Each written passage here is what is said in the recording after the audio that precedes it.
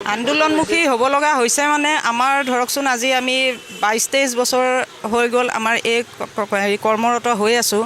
আমাৰ যিখিনি মানে দাবী তেওঁলোকে কোনোদিন পূৰা কৰা নাই। এতিয়ালৈকে আমাৰ 6,500 টকা দৰমহা, এই মূল্য বৃদ্ধিৰ সময়ত এইখিনি দৰমহা দি পেলাই আমি চলিব নোৱাৰোঁ। গতিকে আমি ওলাই আহিছোঁ, কাৰণ আমি আমৰণ অনশন কৰিব লগা হৈছে। বিজেপিৰ ইস্তেহাৰত আমাৰ তাৰমানে নাম উল্লেখ আছে যে শিক্ষাকৰ্মীসকলৰ যিটো মানে আমি পূৰা কৰিম দাবী, তেওঁলোকৰ দাবী আমি পূৰা কৰিম বুলি শিক্ষাকৰ্মীৰ নাম উল্লেখ আছে। গতিকে সেইকাৰণে আমি আজি এই আমৰণ অনশনত বহিছোঁ। যেতিয়ালৈকে আমাৰ দাবী তেওঁলোকে মানি নলয়, বিজেপি ইস্তেহাৰত থকা চৰ্তটো তেওঁলোকে মানি নলয়, তেতিয়ালৈ আমি কোনো কাৰণত ইয়াৰ পৰা উঠি নাযাওঁ।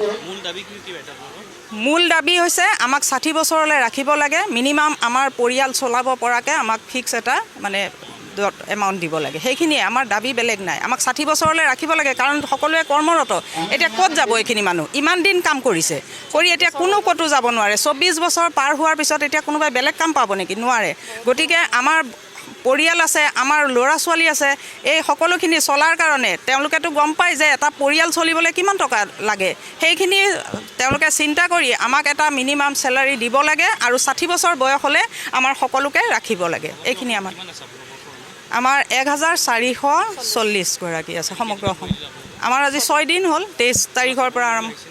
খবৰ আমাৰ কোনো অহা নাই এতিয়ালৈ, কোনেও আমাৰ খবৰ চৰকাৰৰ ফালৰ পৰা কোনো অহা নাই। মিছনৰ পৰা আমাক মাতিছিল, কিন্তু আমি আলোচনাত কৰিছোঁ যদিও আমাৰ সেইটো মনঃপূত নহয়। আমি ইমান দিন তেওঁলোকক লেটাৰ দি আছোঁ, আকৌ লেটাৰ দি আমাৰ কি হ'ব? গতিকে আমাৰ লাগে এটাই, মামাক লাগে, মামাই আমাৰ চৰ্তটো মানি ল'ব লাগে। মাননীয় মুখ্যমন্ত্ৰী ডাঙৰীয়াক একদম এই অনশনস্থলীৰ পৰা বিনম্ৰ অনুৰোধ, তেওঁ আমাৰ চৰ্তটো মানি লওক। তেতিয়া আমি ইয়াৰ পৰা চৰ্ত মানিলেহে আমি উঠিম, কাৰণ আমাক 60 বছৰলৈ ৰাখক, আমাক এটা মিনিমাম চেলাৰী দিয়ক।